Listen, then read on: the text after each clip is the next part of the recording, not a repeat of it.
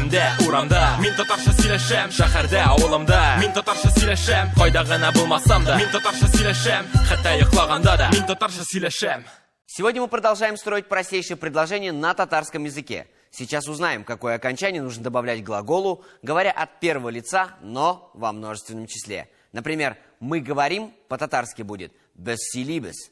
Силерге без силибес. We speak. Мы говорим. Силерге без силибес. We speak.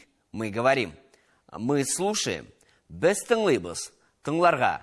Без тыңлыбыз. We listen. Мы слушаем. Тыңларга. Без тыңлыбыз. We listen. Мы слушаем. Мы читаем. Без укыйбыз. Укырга. Без укыйбыз. We read. Мы читаем. Укырга. Без укыйбыз. We read. Мы читаем. Мы пишем. Без язабыз. Язарга. Без язабыз. We write. Мы пишем. Язарга. Без язабыз. We write. Мы пишем. Мы идем. Без барабыз.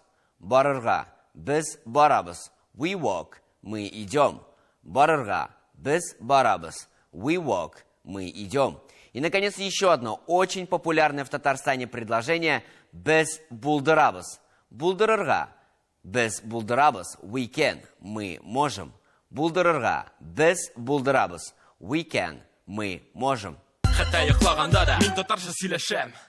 А теперь повторим пройденный сегодня материал. Силерге. Без силибес. We speak. Мы говорим. Силерге. Без силибес. We speak. Мы говорим. Тыңларга. Без тыңлыбыз. We listen. Мы слушаем.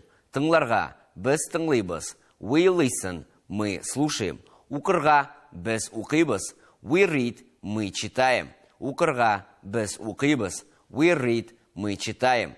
Язарга. Без язабыз. We write. Мы пишем. Язарга. Без язабыз. We write. Мы пишем. Барырга. Без барабыз. We walk. Мы идем. Барырга. Без барабыз. We walk. Мы идем. Булдырырга. Без булдырабыз. We can. Мы можем. Булдырырга. Без булдырабыз. We can. Мы можем. Өйімде, урамда, мен татарша сөйлешем. Шәһәрдә, авылымда, мен татарша сөйлешем.